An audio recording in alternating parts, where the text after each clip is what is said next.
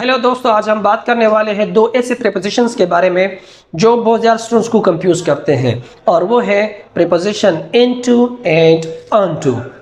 याद रखें, इसको प्रीपोजिशंस ऑफ मूवमेंट भी कहा जाता है। आप सोच रहे होंगे कि मतलब इसको प्रीपोजिशंस ऑफ मूवमेंट क्यों कहा जाता है। तो याद रखें, आसान सी बात है, इसलिए इसको कहा जाता है क्योंकि इसमें ये हमें हरकत दिखाते हैं, ये हमें मूवमेंट दिखाते हैं।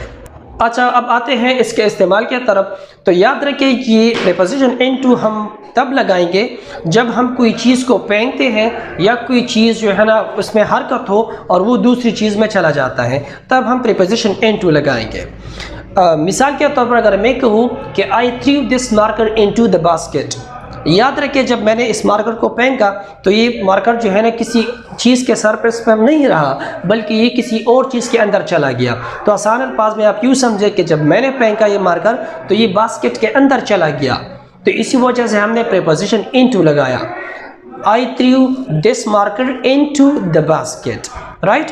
अच्छा, अगर मैं दूसरा एग्जाम्पल आपको दे दूँ, that he jumped into the water, तो आप देख सकते हैं जब उन्होंने जंप लगाया पानी में तो वो पानी के अंदर चला गया।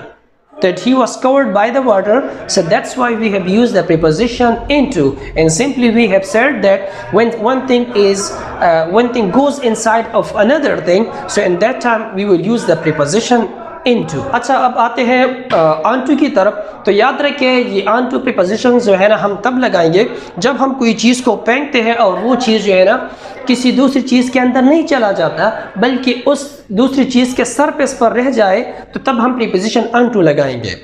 मिसाल के तौर पर अगर मैं कहूँ कि I threw this marker onto the table, तो आप देख सकते हैं जब मैंने इस मार्कर को फेंका तो ये टेबल के अंदर नहीं चला गया, बल्कि वो टेबल के सरफेस पर रहा। तो इसी वजह हमने प्रीपोजिशन onto लगा दिया। अच्छा, अगर दूसरा एग्जांपल अब मैं आपको दे दूं, the cat jumped onto the sofa, तो आप देख सकते हैं जब कैट ने जंप लगाया तो वो सोफ़ा के अंदर नहीं चला गया, बल्कि सोफ़ा के सरफेस पर रहा। तो इसी वजह से हमने प्रीपोजिशन onto लगाया।